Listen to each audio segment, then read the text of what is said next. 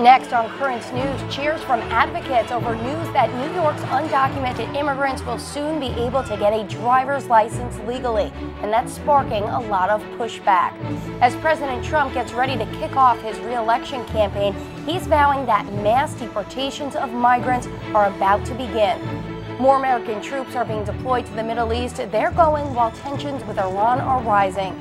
Plus, out of the evil of the church bombings in Sri Lanka, the country's top cardinal is describing the unexpected good that has come. The news starts right now.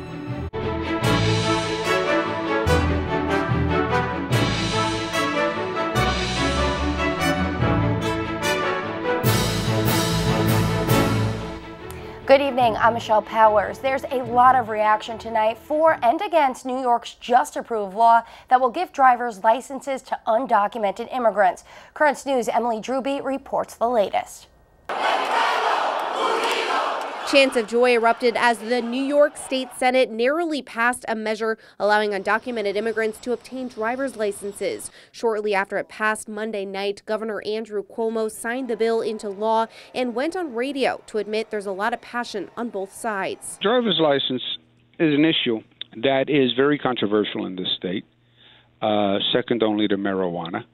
And people have very strong feelings. Michael Long, the retired chairman of New York State's Conservative Party, is calling the new law a serious mistake. Now we have illegal immigrants who have broken the law, who don't live by the law, and they're going to give them driver's license. Long adding that the law is a slap in the face to people who come to the United States legally. And you yet are held at the border because they can't get in because their number hasn't been called yet.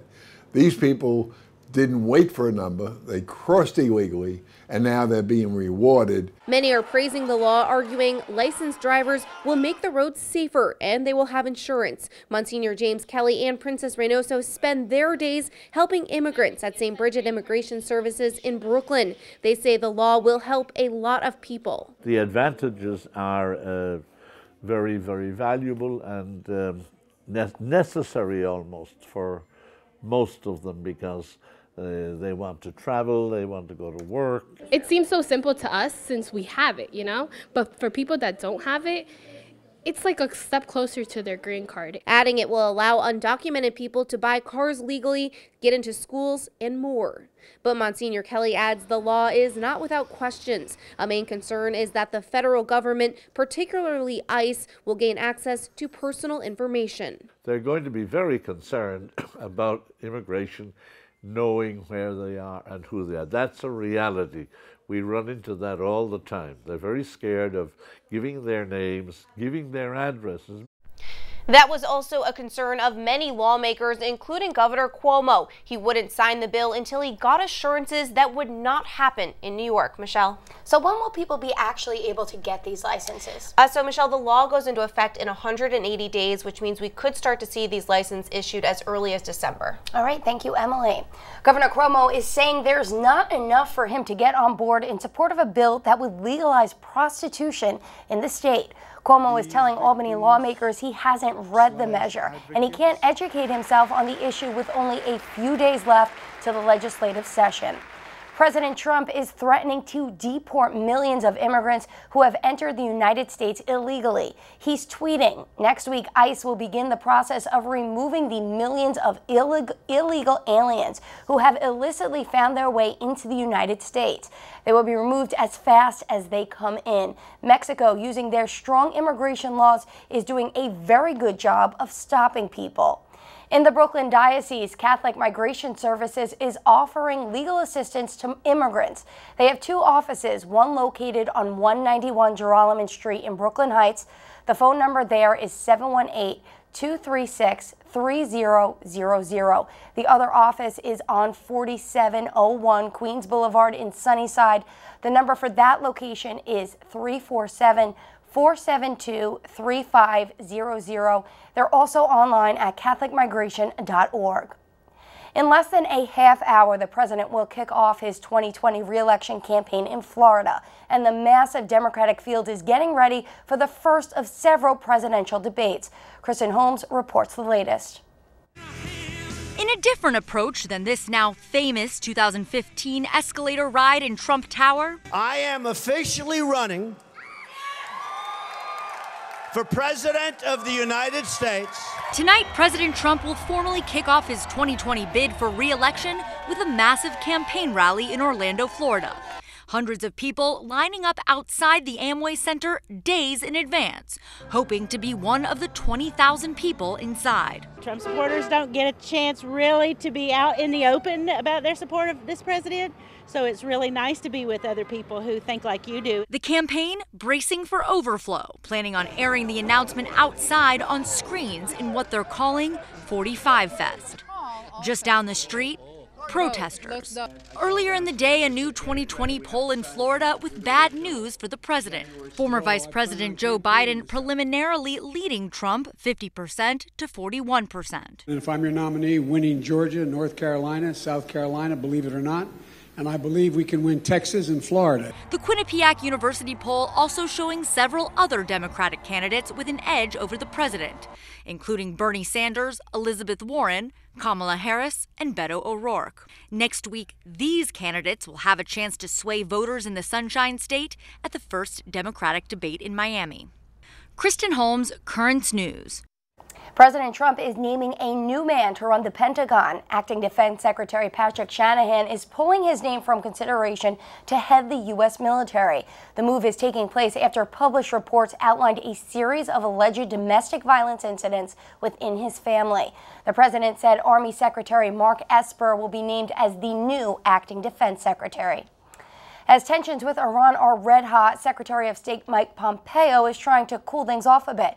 Speaking at the headquarters of the U.S. Central Command this afternoon, he spoke about getting word to the Islamic Republic.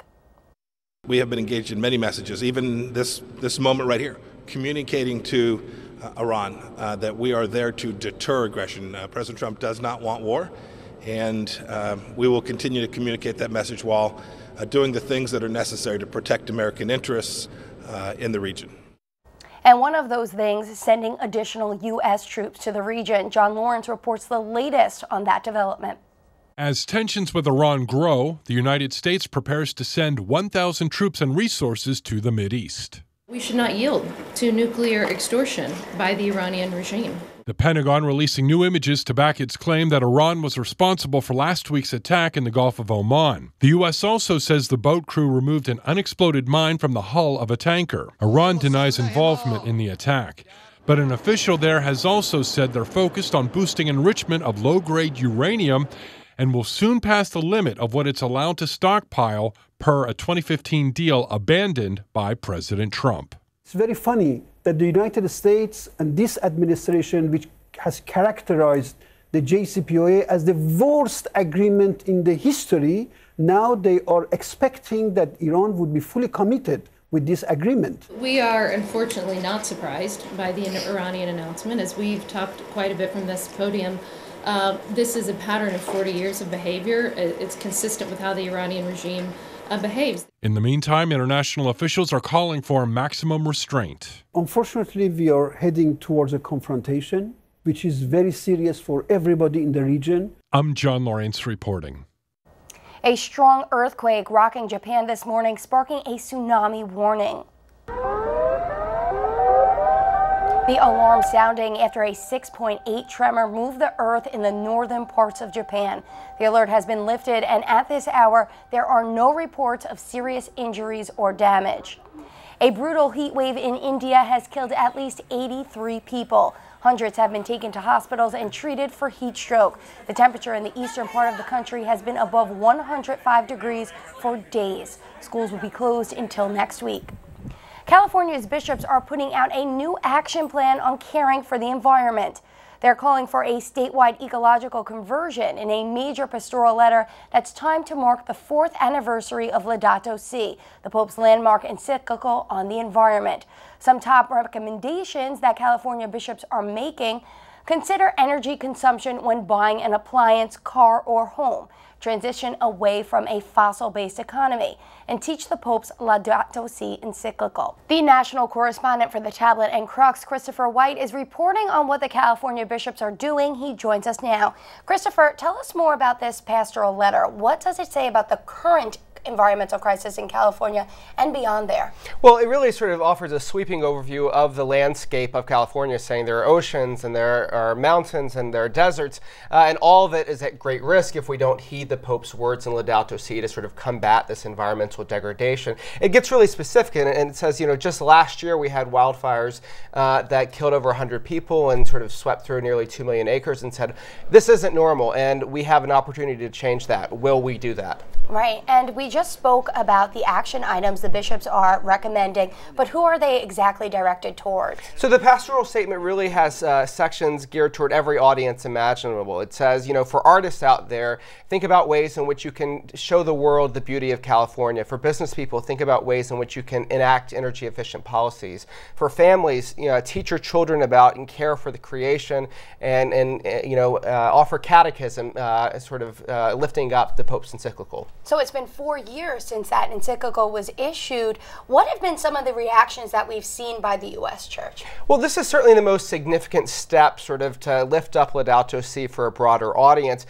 Frankly, you know, its reception among Catholics has been mixed. Conservative Catholics tend to be wary of climate change, right, so it hasn't had the enthusiasm that it's received in other parts of the world, particularly the global South.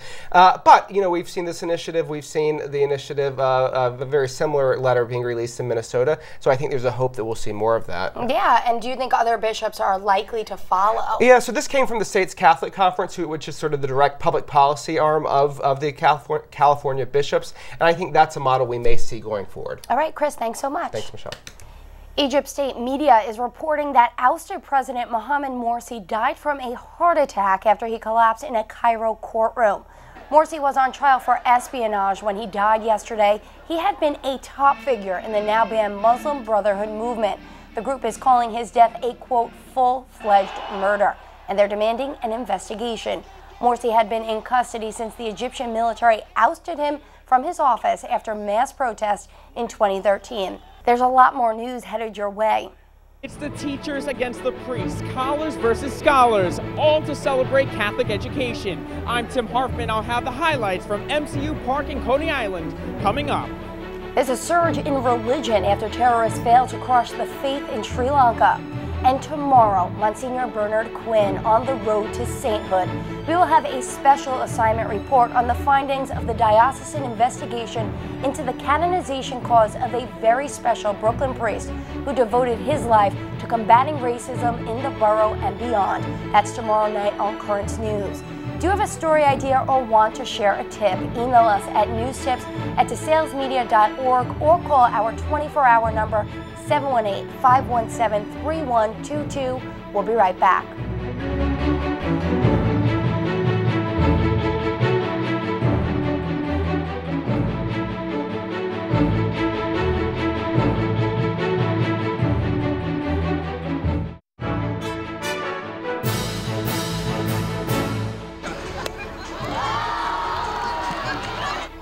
The Scholars battling the Collars in a much anticipated softball game. That's what many fans came to see during Catholic Schools Night in Coney Island last evening. Currents News' Tim Harfman reports on the big game and the celebration of Catholic education. The crowd went wild as the Stars took the field on Catholic Schools Night at MCU Park. The MVPs, valedictorians, and salutatorians from Catholic academies across Brooklyn and Queens were recognized by Auxiliary Bishop Raymond Geppetto for academic excellence. Daniel Schilling and Joseph Foy are the valedictorian and salutatorian, respectively, from St. Camillus in Rockaway. Though they're graduating, they're continuing their Catholic education in high school. I just want to grow my faith in God more and to follow His good will. Catholic education is like a big family, you know, it's good virtues and just great education. Following the ceremony, the highly anticipated softball game between the Collars and Scholars, priests and seminarians against teachers and principals. An expert weighed in. What do you think the score is going to be? Scholars co-captains Chris Shawbaugh and John O'Brien were confident in this year's rematch. Ate my Wheaties this morning. Yeah, what's your prediction? Scholars in a tight one, 6-4. Mr. O'Brien, what do you think? I think we have a shot this year. We're going to get some revenge on the Collars, and we're going to come out with the win today. Mr. O'Brien set the stage early, hitting a home run in the bottom of the first inning, their only run of the game. Defensively, Sister Shirley Tremont kept the Collars off the bases, but it wasn't enough. The Collars strung hits together. Seminary and Paolo Salazar doubled down the third base line, scoring Father Ed Kacherka. The Collars picked up the victory 2-1, winning for the second consecutive year. But Collars co-captain Father James Caroli said the real winner of the night, Catholic morals. We know the importance of Catholic education. I'm a product of Catholic education. Many of the teachers and staff and everyone is a product. And it's not so much what we do on the field, but how we play the game. And that certainly is taught to us in Catholic education. A show of sportsmanship capping off a fun night had by all. In Coney Island, Tim Harfman, Currents News. Close to 300 young people from over 100 countries will meet in Rome tomorrow. The forum is meant to continue the discussion held at the Vatican Youth Synod late last year. The young people were chosen by bishops' conferences around the world to take part in the talks that will be held at a retreat center just south of Rome. It's been more than 2 hard months since the Easter attacks in Sri Lanka that killed more than 250 Christians. But in the midst of much pain and suffering, the Archbishop there believes that a religious revival is taking place, the complete opposite of what terrorists wanted when they blew up 3 churches. Melissa Butts has more from the Vatican. The Easter attacks in Sri Lanka killed more than 250 people in several churches. Since then, the Archbishop of Colombo, Cardinal Malcolm Ranheath, has had to face very difficult situations. Then there are also this one gentleman who lost his wife and 3 children, and he was left alone. So when I went to see his house, he looked at me with very blank eyes and told me, "Now I am alone. My house, what am I going to do with my house?" Many people on the verge of despair have sought the Cardinal for an answer to these incomprehensible circumstances. My answer, I had to always tell him that, you know, God loves you. Maybe your wife and your children are now in heaven, and so they will intercede for you. They are not gone from you, they are with you. Now maybe they are stronger with you now than they were before.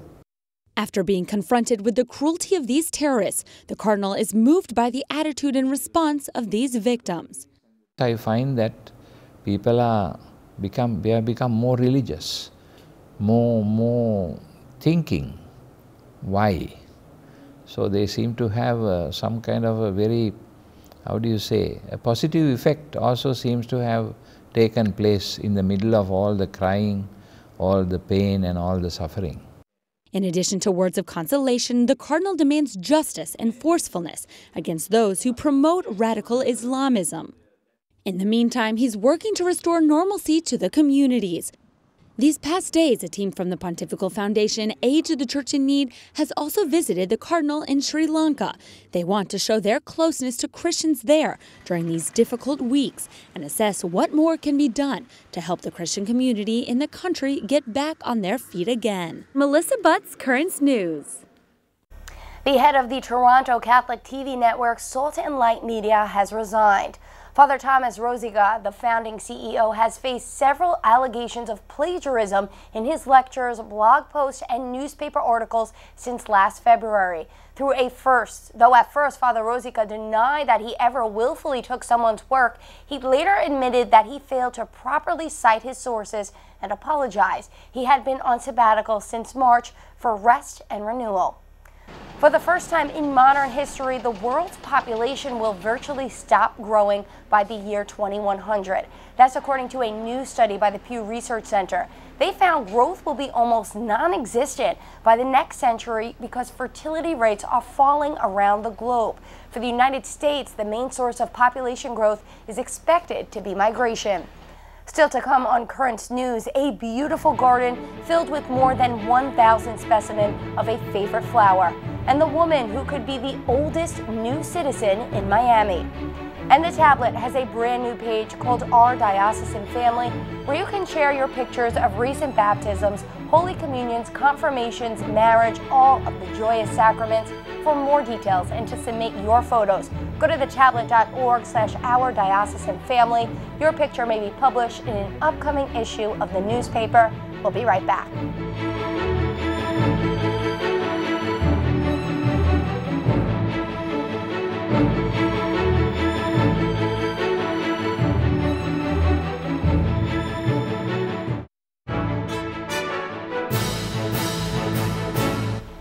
As the saying goes, you should always stop and smell the roses.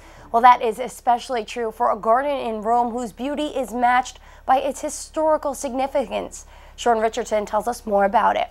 In the heart of Rome, this colorful botanical jewel can be found. It is the Rome Rose Garden. However, it is not only a tourist attraction, it also has significant importance for the Jewish community of the city, since it was their cemetery from 1645 to 1934.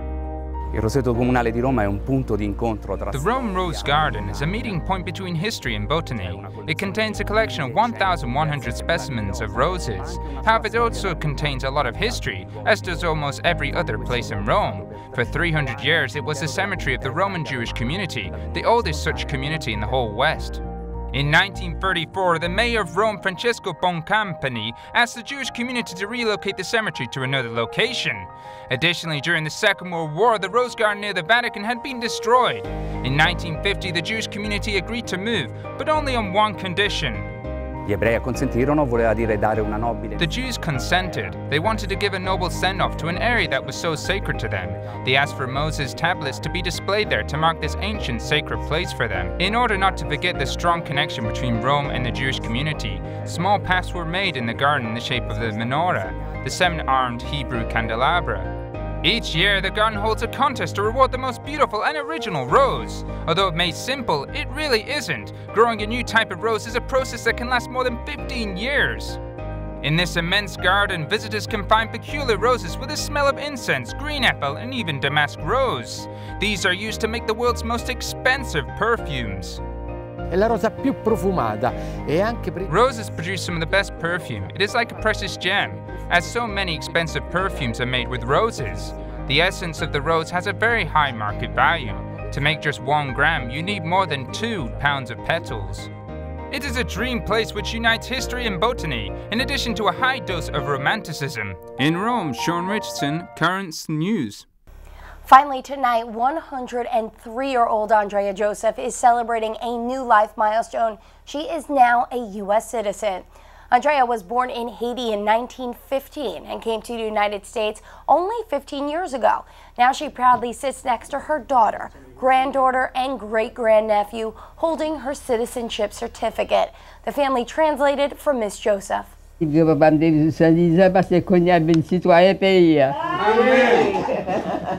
So she just wants to say thank God that, you know, her grandfather lived to be 110 years old, that's what she's contributing her age to. In addition to that, she just wants to thank God that she's now able to be a United States citizen.